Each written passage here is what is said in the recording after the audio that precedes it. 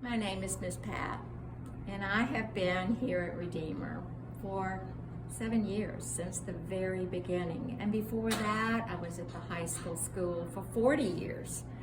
So I am committed to Christian education. Christian education is such a gift. It's a gift because we, the teachers, have the privilege of injecting Christ into everything that we teach. It's just not a 20-minute Bible lesson that we do and then we move on, but it's as we go to the playground, pointing out the trees and how God is changing the seasons. It's when we're doing math, and it's when we're doing science. It's when we're just talking about our families and the gifts that God has given to each and every one of us. So the privilege of teaching here is to share Jesus and to make him known to these children. I think it's also a privilege to be able to teach children a good work ethic. Teach them skills, not only academic skills, but life skills, skills that will be with them the rest of their life, like kindness, sharing, loving one another. All of those skills will be lifetime skills. So those are the things that make Redeemer very special. One of the beauties of Redeemer is the fact that we don't just have a class. We have individual children that have been created by an almighty God, given great gifts that vary from one child to another. And it's our privilege and our opportunity to nurture and to draw out and to build on those gifts that God has put into their lives. It's a way to make them individuals and not just as a group. And I think that's one of the great privileges of Redeemer Day School. Hi, I'm Miss Connie, the kindergarten teacher at Redeemer Day School. And I am so glad to be able to talk to you about our kindergarten.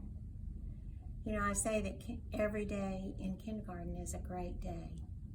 And I really mean that. If there's one thing I'd like to try to convey to you, it's, as parents, it's to take the long view of things. We try to do that in kindergarten. We are taking the long view when we are doing our training. We are training these children for life. We are training these children for eternity. What do I mean by that? Well, first of all, training involves the mastery of skills. We're talking about academic skills, reading, writing, handwriting and math, for instance. If you're going to master a skill, it involves, first of all, good instruction. Next, it involves doing it correctly. Think about handwriting, for instance. Next, it involves repeating it, practicing it, till it comes from a child more naturally, of their own initiative. And finally, it comes as their best work. Doing their best work, not perfect work, we're not talking about that, but doing their best work is a habit that we want to build. And it goes into all areas of life, really. I'm going to say, I said it take, for instance, handwriting, but doing your best also goes into the way we treat other people. And that is certainly part of the training that we do in kindergarten. It's important to know how to treat other people. That's a lifelong skill. And So the kindergartners have a poem that they memorize. It's entitled Good Manners. And some parts of it are, we say thank you, we say please, we don't interrupt or tease. And it sums it up by saying that politeness means just being kind. So we are training children about how to be kind, how to show respect to adults. What does that look like? It looks like that a child looks an adult in the face and speaks to them when spoken to. Now, this training begins earlier in pre-K, in the 3-year-olds. But you see, it takes layer upon layer of practice and year upon year to actually master certain skills and for habits to become so ingrained that they become more of a natural response for a child. Now, all of this comes about, this training, this mastery, comes about in the context of coming to know God. We have to teach the Bible so that children can know God. And we do. We talk about who God is. We talk about who Jesus is, what they're like, the Holy Spirit, and finally we talk about who we are and what we're like, because the answer is in the Bible. So we, above all else, is our Bible training, and infused throughout is our Bible view of life. Whether we're talking about math and the order of numbers, the sequence of things, God has established all of that. So we talk about God, the great creator. It just goes on and on. This God has done it. God is at the forefront and at the center of it all. So we have to, if we are really going to teach and train, we have to bring this into our teaching and training. Now, we do not have any fun in kindergarten class. I just want you to know that.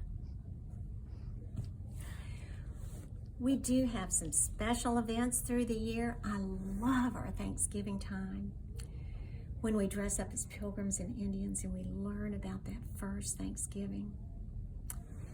We have cowboy dress-up day. We go to a rodeo. We have special events through the year, but even every day is a fun day. Children are fun. And so once they know that the teacher means what she says and says what she means, and they respect that, why then we cut up, and they know when we are cutting up and when we are cutting loose. Learned 14 catechism questions. We've learned 14 truths. Let's start at the beginning and see if you remember some of them. Who made you? God. What else did God make? All things. Why did God make you in all things? For His own glory. And how can you glorify God? By loving Him and doing what He commands. Good. So we're going to skip a little bit. We're going to go all the way to number 10. What is God? Sit up, Peter, and let's raise your hand if you know what is God. You can answer that question, that catechism question. That's all the way to number 10. Eleanor, what is God? A spirit that does not have a body like men. Very good. Peter, where is God? In heaven? Not just in heaven. Where is God? Matthew. God is everywhere. He's everywhere. Let's put our hands around. Who's the author? Chosen. Peter. Go ahead. Who? Chosen men. That were inspired inspired. Remember we talked about that they had to be taught. The Holy Spirit. They were inspired by the Holy Spirit. So God chose special men to write the Bible, to give His words. Because we say, when we read the Bible every day in our class, who we say is visiting in our class when Miss Cheryl reads the Bible? Who's our visitor? Who can raise their hand and tell us who our visitor is every day? Eleanor, who comes to our class? Jesus. Yes, God and Jesus come to our class. When I am reading the Bible, those are God's words. Pray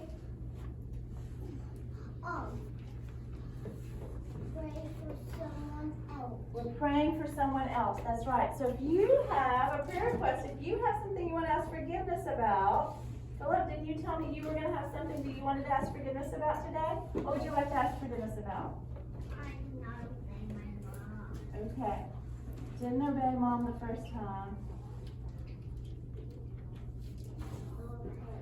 And how about somebody who has something that they're thankful for? Brooklyn, what are you thankful for? I'm thankful for Becca because he is going to buy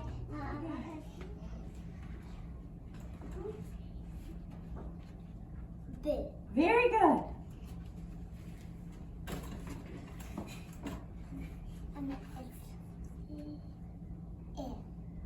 Yep, it's an F sound, but put the B in front of it so it's bed. Very good.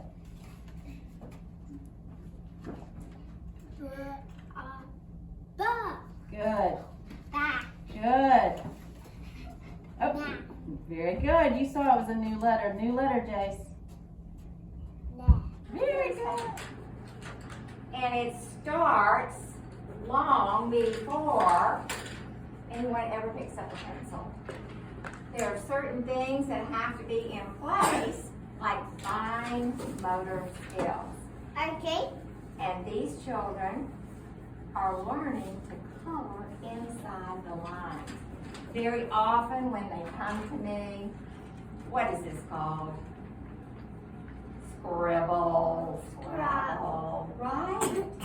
And they don't understand how to control the pencil well enough to put it inside the lines. I did it nicely. I need you to sit very quiet. Talk about the right way to hold a pencil. There's a right way and a wrong way. And we use a grip here at school that helps the children learn how to hold the pencil correctly. And then we talk about your paper position. Now, Luke is coloring with his paper off to the side. It's off twisted a little bit. And then we talk about how you sit in the chair when you're doing your work. Do you sit in the chair like this? No, you sit up straight and tall and you lean forward and you do your work well. Thank you. And then we have to talk about what? What's this called? The house. What to do with letters. Put them in the letter house. Well, our little house has 3 levels. What do we call this space up here? Upstairs. That's the upstairs. What's this place? Downstairs. This space is called the downstairs, and this space is called Basement. the basement. You're right. Now we also know that all of our letters have to do 2 things.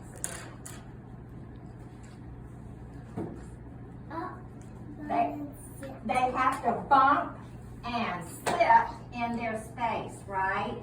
Right. Okay, so I could make a C. I could make a C, right? I'll make a lowercase c. Where does a lowercase c live? Downstairs. Only downstairs. He's holy. We talk so much about the Bible. He's my. Wait a minute, I haven't even asked my questions yet. But we have a very special book. And this book is called what? The Bible. Yes, what's another name for it? It's the Holy Bible. What else do we call it? God's Word. God's Word. Why in the world do we call it God's Word? Because some chosen men wrote the Bible, and and with instructions from God. Absolutely. You know, if I wrote the Bible, it'd be Miss Pat's word. It wouldn't be God's word. If faithful, what does faithful mean? It means that he never breaks his promises. Yes. And he never forgets. I want to be faithful, but sometimes I forget, and sometimes I do break my promises. Caleb, tell me something else. Holy.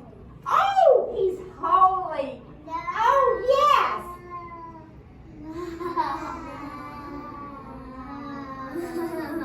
He never said. Ask about he says. When I was a little girl and somebody said something was holy, that's what I thought it meant. What does holy mean when you talk about God? Has holes. He doesn't have holes like Miss Pat's paper. What does holy mean? He never said. He never sins. Is Miss Pat holy? No. No, I'm not. I am not. Yes, ma'am. But bears are real. Yes, bears are real. He never breaks his promise. He never breaks his promises. If he tells us something, it is going to happen, right? And we know, we've been talking about 3 special words. We've been talking about a lot of words because words are important. But one of the words I want to talk about is create. What does create mean? He's a creator. What does that mean? If I create something, It belongs to him. no. What does create mean? He creates everything. What does create mean? All right. Now we're going to do something else. We'll come. What did you make? I made a heart. You made a heart. I'm trying to make an L. An L? Okay. Well, after we do this next thing, you can come back and build another thing. Put your beans in your cup and take out just 10 beans. Okay, can you count 10? I think you can. If Beckett counts 10 beans and Grace counts 10 beans, will those piles of beans look alike? I don't know. Yes. Lucy, if you count 10 beans and Beckett counts 10 beans, will your piles look? Start counting. 1, 2, 3, 4, 5, 6, 7, 8, 9, 10. And then I'd go over here and I'd say 11, 12, 13, 14, 15, 16, 17, 18, 19, 20. Boy, this is going to take a long time for me to go all the way around and count hers and hers and hers. Or you could do it faster. You could count by tens. 10, 20, Why? 30, 40, 50, 60, 70. You are so smart.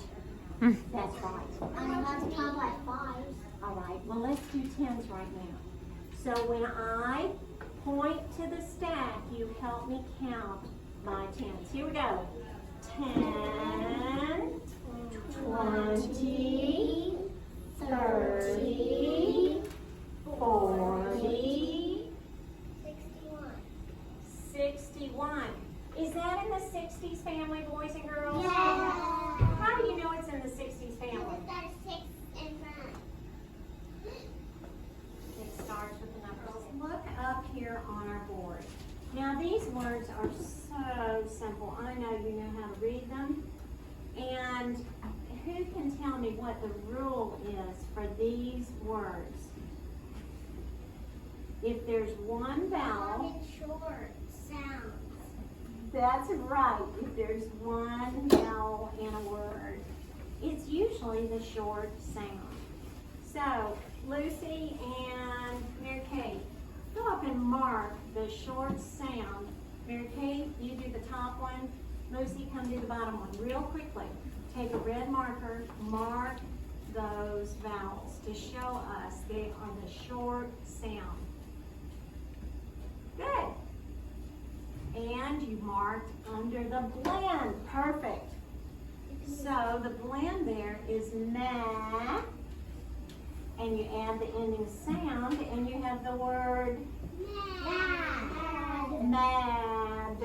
What if it were not a D? What if it were a